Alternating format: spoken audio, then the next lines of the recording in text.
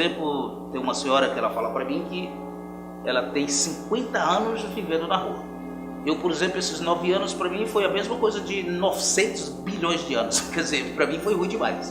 Do ponto de vista de ter um lar e você ter que morar no relente, então para mim isso não foi adaptável durante 9 anos, não foi.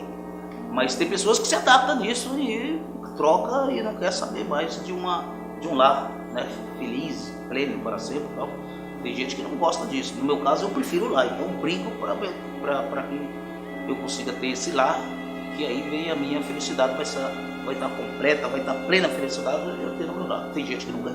No meu caso, eu vou dizer que é ruim morar na rua. O meu ponto de vista de pensar, é ruim morar na rua.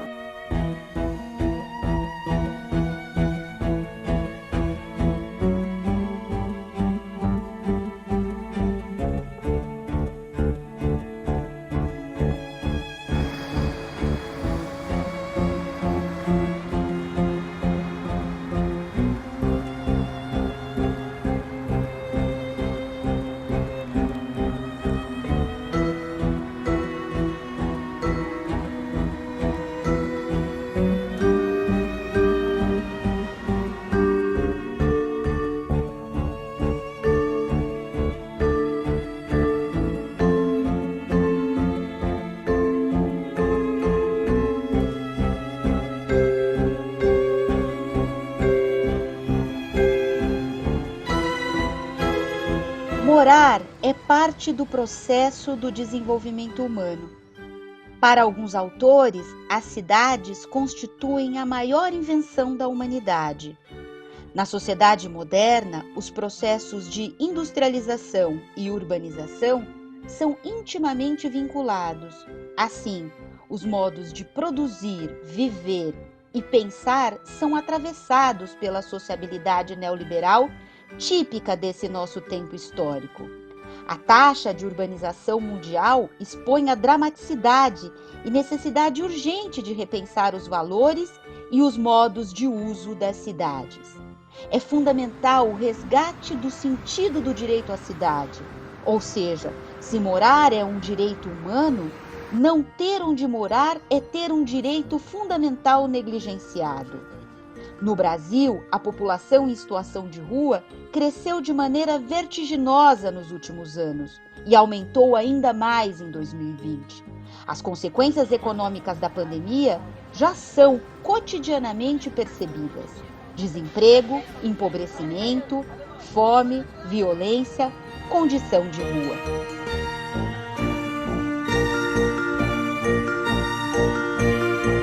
Nesse último vídeo da série, tanto o direito à cidade quanto o cotidiano são conceitos articulados a partir do tema "Não tenho casa para ficar em casa".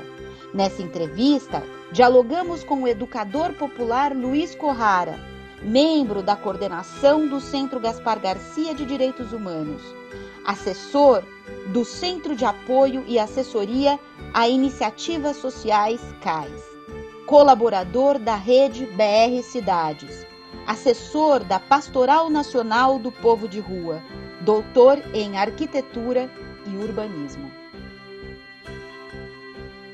Olá, Luiz, tudo bem? Como vai?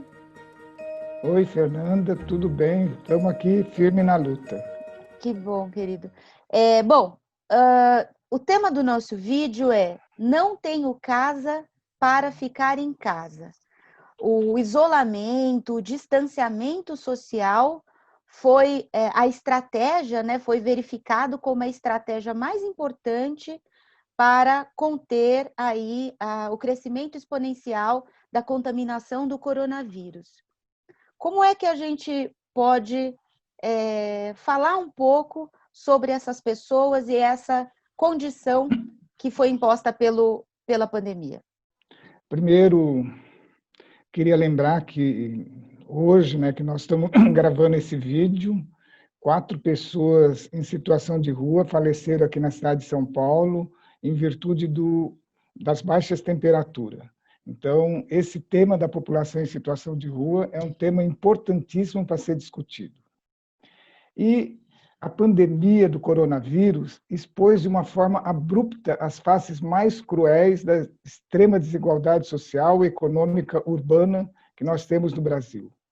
Grande parcela da população brasileira, especialmente urbana, trabalha no mercado informal, sem seguridade social, sem uma moradia adequada e tem muita dificuldade de acesso aos serviços de saúde. Assim, os efeitos da pandemia alastraram rapidamente nos grupos mais vulneráveis, pela dificuldade de manter as condições de isolamento social, que foi uma orientação da Organização Mundial de Saúde para prevenir e evitar a propagação da Covid-19. Agora, e a população em situação de rua, que vive nas praças e calçadas, sem um lugar para acomodação adequada, que já está exposta cotidianamente a inúmeras condições de risco, como falei no início, por exemplo, o risco de morte pelo frio. E essa orientação para a população de rua, já no primeiro momento, já veio a seguinte questão: como manter o isolamento social para quem não tem casa? Como respeitar as regras de higiene quando não há água disponível nem para beber? Como manter isolamento social as pessoas que estão pernoitando nos centros de acolhida, onde dividem o mesmo espaço com grande número de pessoas? Então, assim que chegou a pandemia em São Paulo, todas essas questões foram levantadas. Mas a questão da problemática da população de rua, ela é um problema que não é de hoje. É um grave problema que viola a dignidade humana dessas pessoas que estão submetidas nessa situação. E não é de hoje. É uma discussão que já vem de muitos anos. A pandemia só agravou ainda mais esse problema. Ela elucida aquilo que estruturalmente já é um fenômeno da cidade, né? Contemporâneo da cidade, que ampliou nos últimos anos. Sim. A problemática da população em situação de rua vem crescendo cada vez mais nos últimos anos. É lógico que é um problema complexo, porque ela é fruto da extrema desigualdade do país e também pela falta de políticas públicas estruturantes e baixo salário dos trabalhadores. Então, quando você junta todas essas questões, a desigualdade, falta de política estruturante para as populações mais vulneráveis, e mesmo os baixos salários que recebem os trabalhadores, que são insuficientes, por exemplo, para pagar um aluguel de um cortiço, isso só se agrava ainda mais o número de população em situação de rua. O IPEA, a partir do CAD único e do Censo SUAS, identificou em março de 2020 que havia mais de 220 mil pessoas em situação de rua.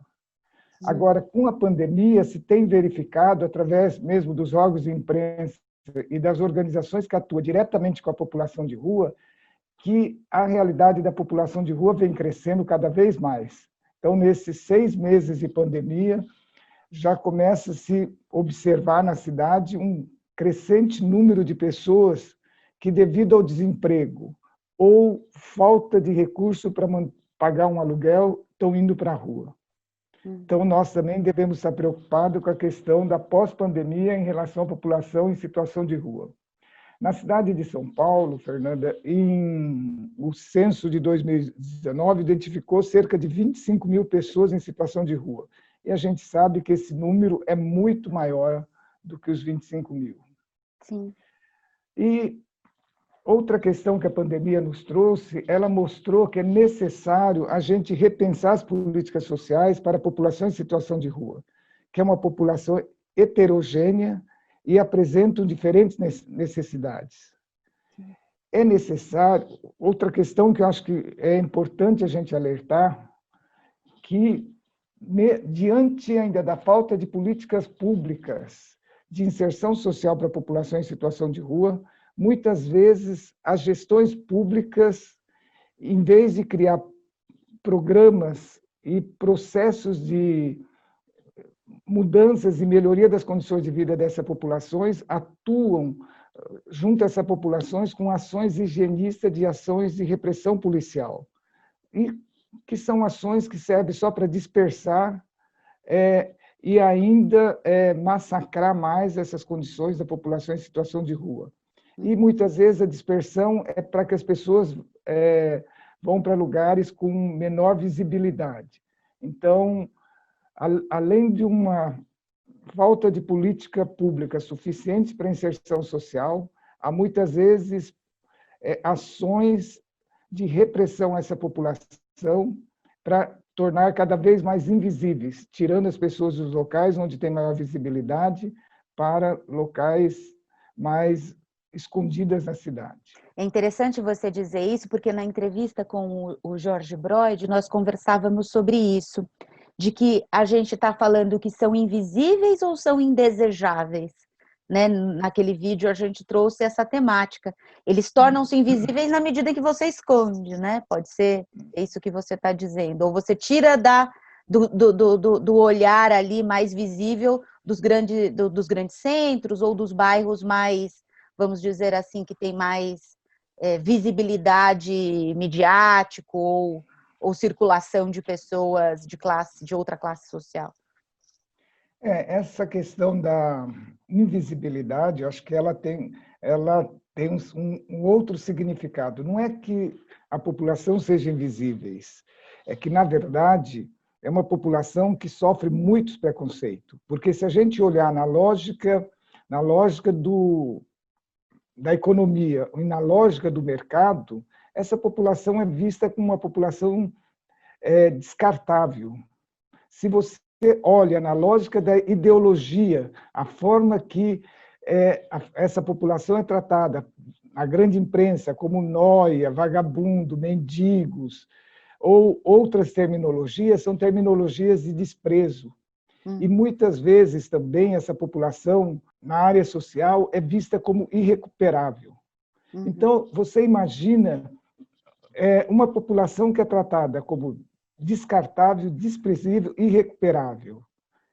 Então, qual é a visibilidade que ela tem? Ela tem uma visibilidade estigmatizante, sustentada no preconceito e na criminalização dessa população. E esta visão que se tem dessa população é a forma que é construída as políticas públicas. É a partir da visão que se tem dessa população. Se é uma população que não tem recuperação, as políticas públicas são sempre paliativas. E aí é que eu acho que é importante a gente estar discutindo e também desconstruir essa naturalização dos preconceitos que se tem em relação a essa população. E as políticas públicas têm que ser repensadas. Por exemplo, os centros de acolhidas ou os albergues devem ser para situações emergenciais. Não deve ser um lugar para a manutenção das pessoas em situação de rua. Os lugares com grande número de pessoas não favorecem o desenvolvimento do processo emancipatório, tanto individual e também a autonomia das pessoas. E também limitam os trabalhos efetivos de inserção social. Não é possível e não é humano você achar que através de grandes centros de acolhida você vai conseguir transformar a realidade. Até porque os centros de acolhida, os albergues, têm cada vez mais tornado o espaço de moradia duradoura para essa população. Porque, ao mesmo tempo que tem o baixo salário, mesmo as pessoas conseguindo o trabalho, elas não conseguem sair desse centro de acolhida devido ao custo da moradia. Então, nós estamos criando uma estrutura para manter a exploração e os baixos salários dos trabalhadores. E, ao mesmo tempo, os próprios trabalhadores desses equipamentos não possuem, vamos dizer assim, condições de trabalho para executar ali um apoio assistencial, técnico, condizente, porque quando a gente está falando em 100 e tantas pessoas dentro de um centro de acolhida, você perde a dimensão singular dos sujeitos, você não consegue fazer um trabalho efetivo, né? Você transforma isso num depósito. No âmbito da saúde, a gente vem falando que isso reatualiza a lógica manicomial. Sim, Fernanda, eu estou de total acordo, porque esconde as pessoas, Assim, ao mesmo tempo, a sociedade que não acolhe essas pessoas prefere que essas pessoas estejam invisibilizadas nesse sentido. E pensando no trabalho social, não é possível e não existe um trabalho social de forma massificada, em ambiente com grandes aglomerações. É impossível um profissional desenvolver um trabalho social adequado com grande número de pessoas para atender. E a gente sabe que um trabalho social mais emancipatório, ela exige também vínculos e processo, a individualização de cada pessoa, o acompanhamento de forma mais regular. E a gente sabe que nos centros de acolhida com grande número, não é possível desenvolver esse tipo de trabalho. Tá certo. Luiz, ainda no contexto da pandemia, quais foram as estratégias que o movimento ou que a sociedade, as entidades da sociedade civil que apoiam a luta da população em situação de rua, quais foram as estratégias que vocês pensaram, que vocês reivindicaram? A gente sabe aí de uma história em todo o Brasil e em outras experiências de outros países que falava na ideia dos hotéis, né, das vagas de hotéis. Como foi esse processo na cidade de São Paulo? Como tem sido? Olha, logo que surgiu a pandemia, o Movimento Nacional da População em Situação de Rua, o Movimento Estadual da População em Situação de Rua, as organizações que atuam junto a essa população, o Fórum da Cidade da População em Situação de Rua, abriu a discussão, primeiramente, da questão dos hotéis, porque a pandemia também chegou já próximo do início do período de baixa temperatura. Considerando que nos centros de acolhidas atende no mesmo espaço um grande número de pessoas e é muito difícil ou não é possível o isolamento social, nós apresentamos a proposta dos hotéis. E ainda que 95% das vagas dos hotéis da cidade de São Paulo estavam vazios. Então, apresentamos para a prefeitura a proposta dos hotéis, que houve uma evolução no sentido de criar uma legislação específica para poder ter a contratação dos hotéis, mas depois de várias negociações com a Associação dos Hotéis, e mesmo fazendo pressão social junto à prefeitura, mesmo com os editais que a prefeitura tinha apresentado, não se tinha conseguido hotéis. E não se tinha conseguido, eu posso dizer, por dois aspectos. Um aspecto é das exigências burocráticas da prefeitura, que não levava em conta uma situação emergencial da população. Exigências em relação aos hotéis. E também a gente sabe que existe, por parte dos hotéis, também um certo preconceito em relação à população em situação de rua. E quando os movimentos da população de rua acamparam na prefeitura, aí houve um avanço no sentido de contratação de hotéis para a população em situação de rua. Mas, mesmo assim, foi condicionado para as pessoas acima de 60 anos e que já estavam em centros de acolhida. Mas o número de contratação foi inexpressiva, foram contratadas 150 vagas. Imaginando para uma cidade de São Paulo, que tem mais de 25 mil pessoas em situação de rua, é uma contratação simbólica. Agora, nós acreditamos que a alternativa de hotel, que foi experimentada em várias cidades da Europa, agora no tempo da pandemia, e em algumas cidades do Brasil, é a experiência de acolhimento que possibilita tanto um melhor desenvolvimento do trabalho social, proteção de uma forma mais humana para as pessoas e também todos os cuidados em relação de distanciamento social e de cuidados de higiene para a proteção em relação à pandemia.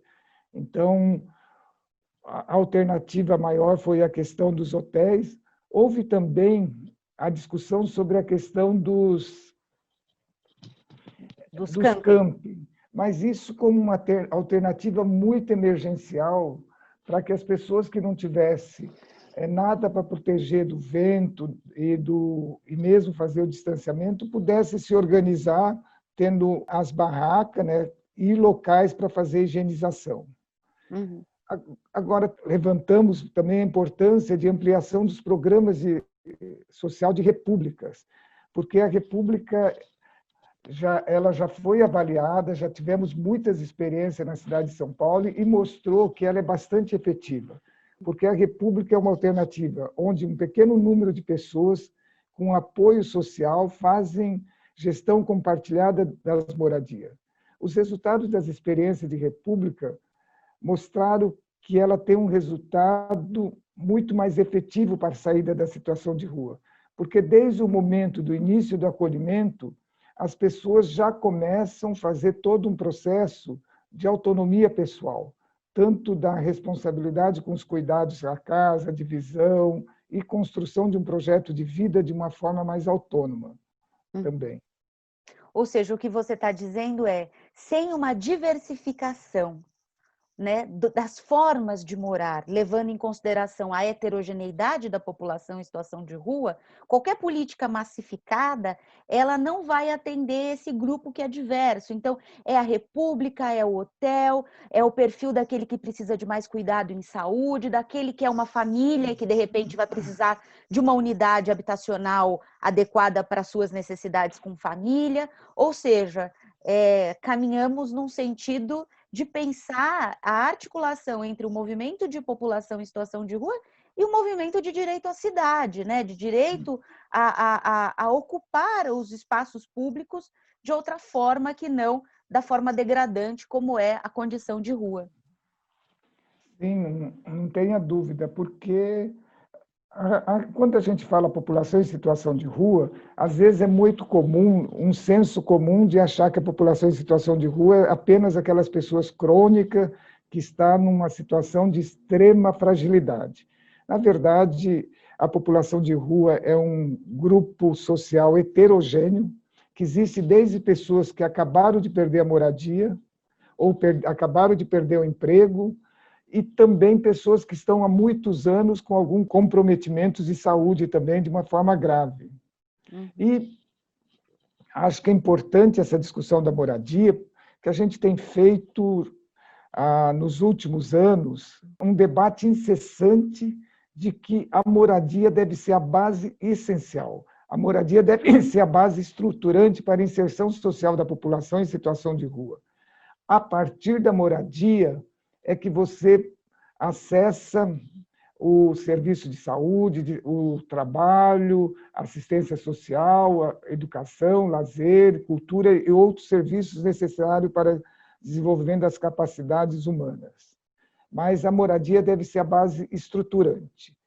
E há experiências internacionais, e aqui também já houve experiência de a moradia ser o primeiro passo, deixando a lógica que tem sido a lógica na assistência social, uma lógica etapista, onde a pessoa deve fazer primeiro, ela deve deixar o comprometimento para quem tem algum comprometimento com álcool ou tipo de droga. Depois ter um trabalho, depois ter isso, depois aquilo, até um dia ela chegar na moradia, como se a moradia fosse uma questão quase que meritocrática. Primeiro que não existe nem essa política, não existe, nunca tivemos essa política que eles chamam de escadinha, até porque é uma escada cheia de buraco. Ela resolve um problema e não tem atendimento de outro, tem outros buracos nesse processo da inserção social.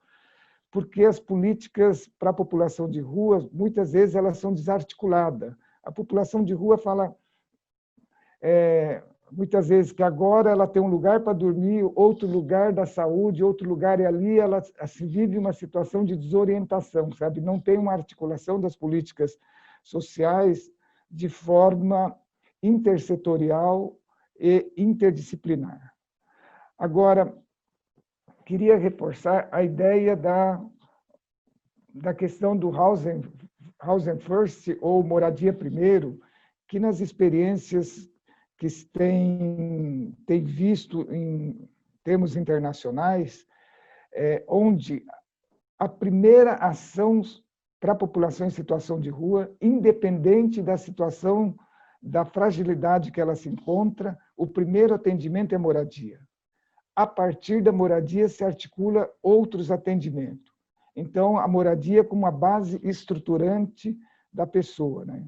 Então, acho que é importante, é uma política que eu acredito que deve avançar. Até porque, se a gente não discutir a moradia, muitas outras ações ela é quase ineficaz. Primeiro de tudo, gostaria de ressaltar que, sem a moradia, toda a dignidade humana da pessoa é violada. Não se dá para falar em direitos humanos sem moradia. Não é possível ter saúde ou fazer tratamento, acompanhamento de saúde, se você não tem uma moradia, até para ter regularidade na hora de tomar os remédios, tudo isso. E mesmo sem moradia, não é possível fazer tratamento de redução de danos. Sem moradia, não é possível fazer uma educação adequada. Quando você não tem endereço e você vai procurar um trabalho, você já é discriminado, ou quando o endereço é de um albergue. E mesmo muitos serviços de saúde exigem endereço da pessoa para ela poder se cadastrar. Então, acho que é importante a gente ver que a questão da população de rua está totalmente vinculada à questão da política urbana. A realidade da população de rua é a falta de efetivação do direito à cidade, porque a questão básica dessas pessoas é a moradia, e que é o básico do direito à cidade.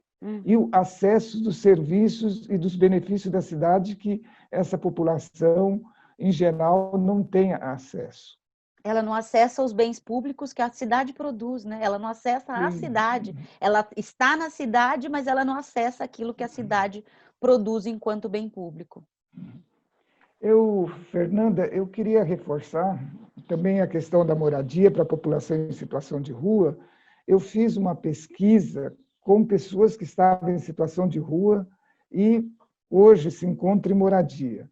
A pesquisa foi realizada na cidade de São Paulo, na cidade de Belo Horizonte, cidade de Salvador e na cidade de Fortaleza. E a pesquisa é a moradia como base estruturante para a inserção social da população em situação de rua. Primeiro de tudo, fazendo a pesquisa com essas pessoas, acho que é importante a gente ver como que se tem muito mito embasado no preconceito em relação à população em situação de rua. Apesar de a gente ter poucas experiências da população de rua acessando a moradia, mas é muito comum você ouvir assim, a população de rua não acostuma na moradia. E isso, conversando com as pessoas que acessaram a moradia, elas foram veementes. Como não é possível acostumar no Rio, na rua, com todas as situações degradantes, de violência, risco, como que a gente não vai acostumar numa moradia? É lógico, para você considerar uma pessoa que teve durante muitos anos e com tantas fragilidades que ela foi obtendo na rua, ou mesmo a partir dessas fragilidades, como o comprometimento com álcool, não é de um dia para o outro que ela vai acostumar numa dinâmica, mas ela precisa ser apoiada, mas ela, logicamente, vai se adequar na moradia.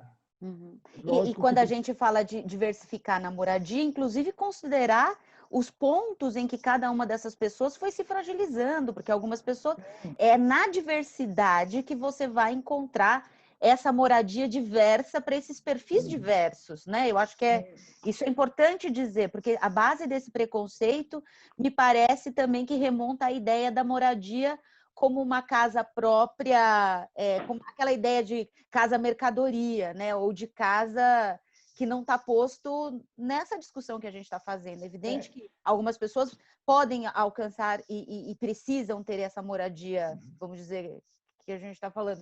Mas tem outras formas de morar, tem formas e formas de morar. Sim, eu acho que é importante o que você ressaltou, porque historicamente, e até hoje, as políticas públicas de habitação, ela mantém a lógica mercadológica. Sim. Primeiro que a política pública da moradia, na hora que ela entrega a chave, ela acha que já resolveu o problema da moradia. Agora, nós estamos discutindo moradia para a população em situação de rua como um serviço público, um serviço público de inserção social. Então, a entrega da chave, ou acesso à chave à moradia, ela é parte de um processo de construção da saída da situação de rua. Então, ela não é um fim em si, ela é parte de um processo estruturante da vida das pessoas, a moradia.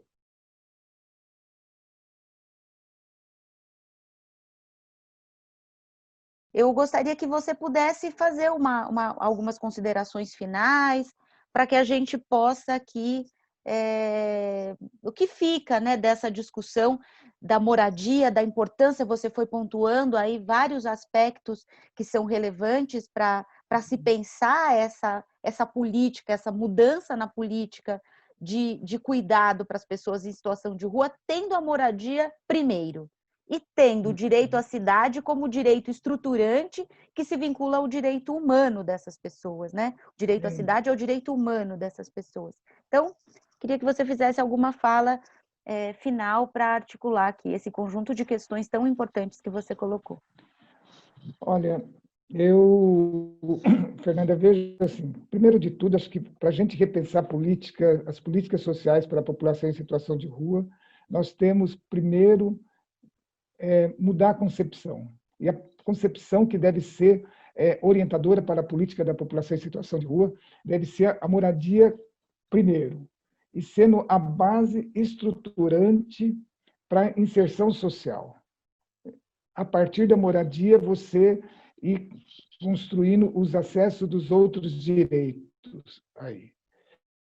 E a moradia deve ser vista como um serviço público perene, como é a saúde e a educação. O acesso deve ser norteado na equidade, igualdade com justiça, reconhecendo as necessidades específicas de cada pessoa e, às vezes, vai precisar uma atenção maior para quem precisa mais e menos para quem precisa menos. Assim. Eu estou dizendo que é preciso olhar a população na sua totalidade, ela como um ser humano capaz e que deve desenvolver todas as suas potencialidades. Não podemos continuar olhando para a construção das políticas públicas as pessoas de forma tutelada, porque todas as pessoas, mesmo com as suas fragilidades, ela tem capacidade e pode ter a sua autonomia. Agora, quando a gente fala em políticas sociais, é fundamental que as políticas sociais atuem de forma articulada e de forma interdisciplinar, porque a realidade da população de rua é uma realidade de pessoas que vieram sofrendo muitas violações e violências. Então, para ela estruturar, é preciso que os vários setores, como a moradia, a saúde, a educação, a assistência, os direitos humanos, todas estejam atuando de forma conjunta. E eu digo que eu conheço muitas experiências muito positivas que, quando a moradia vem como uma base estruturante e as políticas sociais, o trabalho emancipatório e de autonomia, ela realmente é feita com metodologias bastante adequadas, a gente vê que há mudanças fundamentais na vida das pessoas. Eu acredito muito na luta também da população em situação de rua.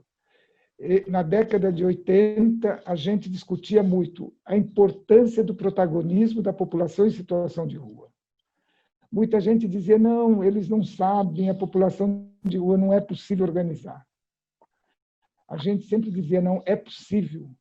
E não é possível uma mudança social, uma transformação social, uma revolução social num país onde a população mais excluída, a população mais pobre não seja parte e não seja protagonista dessa mudança.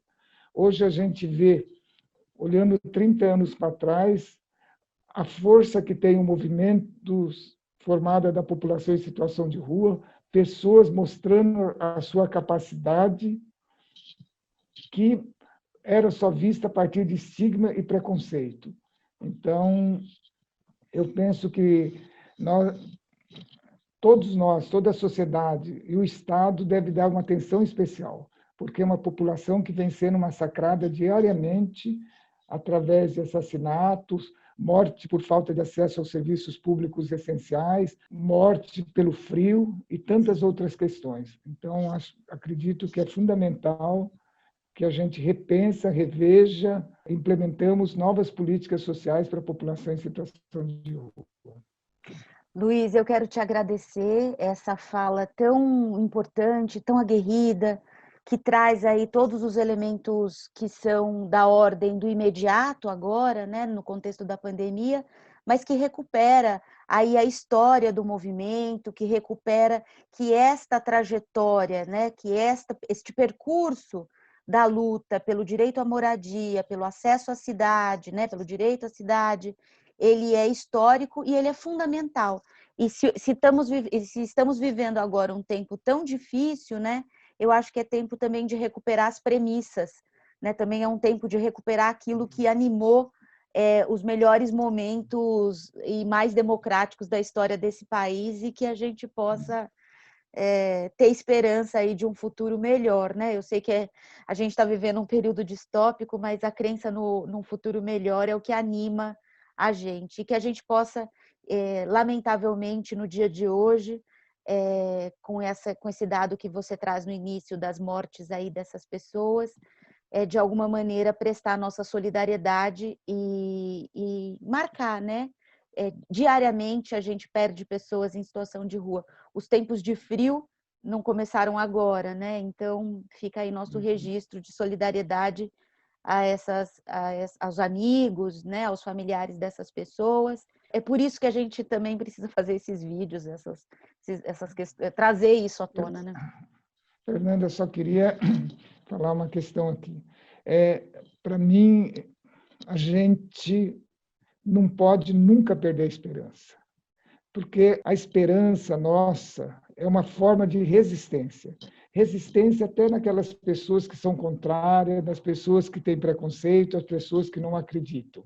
Então, nós temos que manter nossa firme esperança e acreditar nas pessoas. É fundamental. A primeira coisa para a gente querer a mudança é acreditar nessa população, na população em situação de rua, que tem a sua dignidade violada. Nós temos que acreditar como um ser humano e que tem todos os direitos de viver plenamente o sentido da vida. Obrigada, Luiz.